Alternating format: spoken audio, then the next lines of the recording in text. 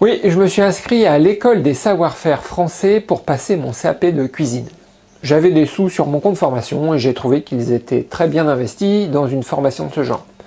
Cette formation est totalement en ligne et ça me convient parfaitement.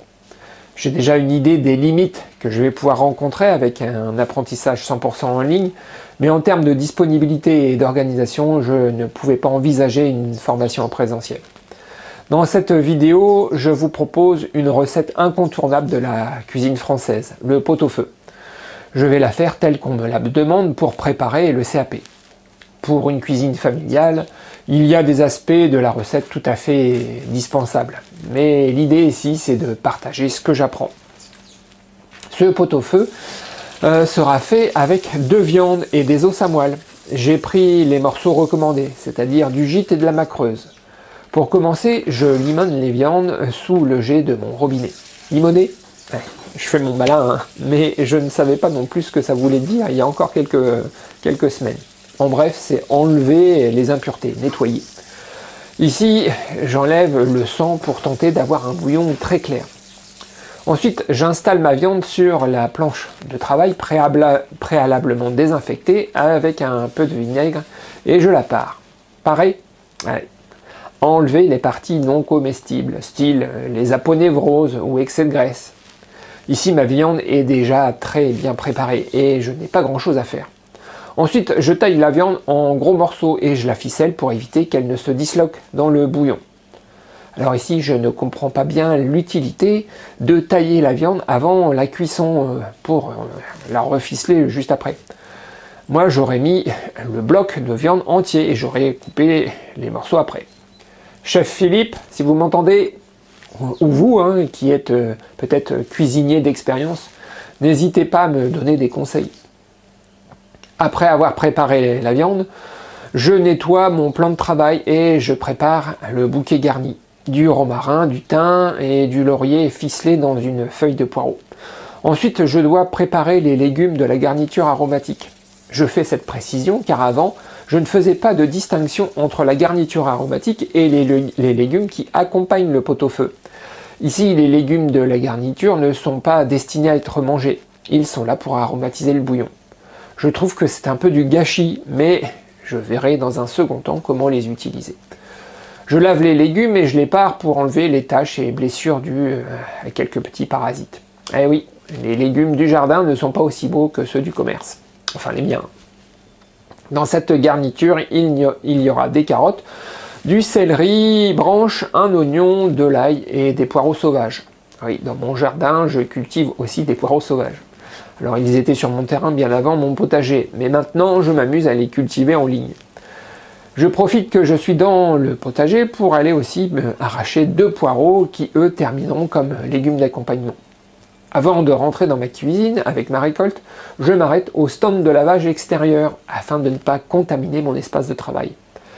Les poireaux sauvages sont lavés une seconde fois dans ma plonge car je les ouvre en 2 au cas où il y aurait de la terre. La garniture est presque prête.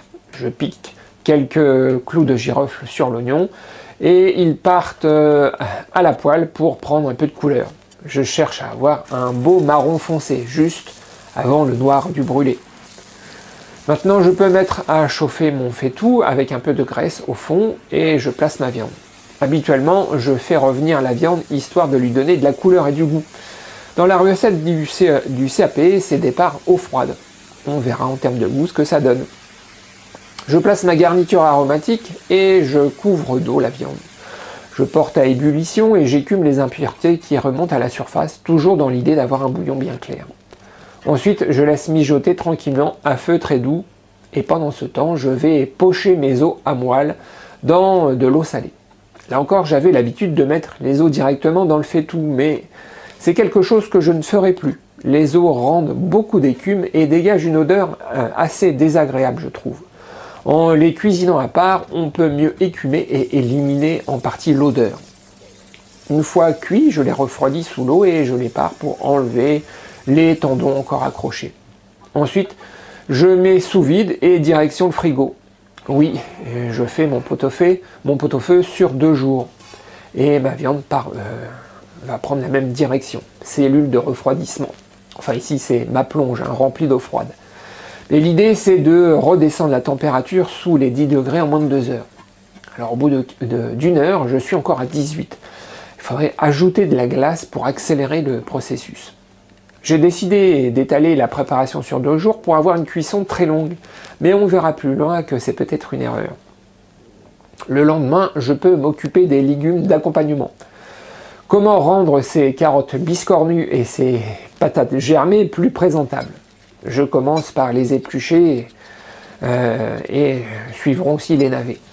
Ensuite, je me sers de la plus petite carotte comme modèle pour tourner les autres dans le même format. Cette opération de tournage me semble vraiment superflue. Je comprends qu'il faille soigner la présentation des assiettes, mais c'est peut-être possible de le faire sans engendrer autant de parures. Il en va de même pour les 2 poireaux où je ne vais laisser quasiment que le pied. En plus, mes poireaux n'ont pas un fût très allongé, alors je me retrouve là aussi avec beaucoup de reste. Voilà finalement ce que donnent mes légumes tournés. C'est plus esthétique, j'en conviens, mais à quel prix? Voilà de l'autre côté toutes les épluchures et parures qu'il me reste. Il est temps de remettre en chauffe la viande de la veille et d'enlever la garniture. J'en profite aussi pour filtrer le bouillon et je remets mon faitout sur le feu. À mesure, je rajoute les carottes, les navets, les pommes de terre, pour finir avec les poireaux et le chou. Voilà, il est temps de passer à table et de dresser les assiettes. J'ai fait une version assiette plate et une version cocotte. Et j'étais tellement pressé de goûter que j'ai oublié de rajouter les os à moelle. Allez, à table! Mais là, c'est la déception. Dès la première bouchée, on réalise que la viande est très sèche. Le bouillon et les légumes sont agréables, c'est doux, légèrement sucré-salé.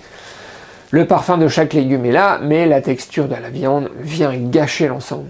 C'est là que je peux mesurer les limites d'un apprentissage à distance. C'est très difficile pour mon référent cuisine d'établir un diagnostic. De mon côté, je ne remets pas en cause la qualité de la viande, car elle vient d'un producteur avec qui j'ai l'habitude de travailler. Je vois éventuellement 2 éléments de réponse aux défauts de mon pot-au-feu. Premièrement, la surcuisson. La viande peut devenir sèche si elle est cuite trop longtemps. Les coupes de viande pour pot-au-feu, comme le gîte et la nacreuse, sont généralement des morceaux plus fermes qui nécessitent une cuisson lente et douce pour devenir tendre. Si la viande est cuite à feu trop vif ou pendant trop longtemps, elle peut devenir sèche. Deuxièmement, une coupe de viande trop maigre. Certaines coupes de viande peuvent être naturellement plus sèches que d'autres. Si on utilise des coupes de viande maigres pour un pot-au-feu, elles ont moins de matière grasse pour les rendre juteuses pendant la cuisson. Alors du coup, voilà, je ne sais pas vraiment pourquoi ma viande était sèche. Il faudrait que je refasse un pot-au-feu de la même façon et essayer une cuisson moins longue. Alors je ne sais pas si ce genre de vidéo vous apporte quelque chose. N'hésitez pas à me dire dans les commentaires ce que vous aimeriez recevoir dans des vidéos cuisine. En attendant, je vous dis à bientôt.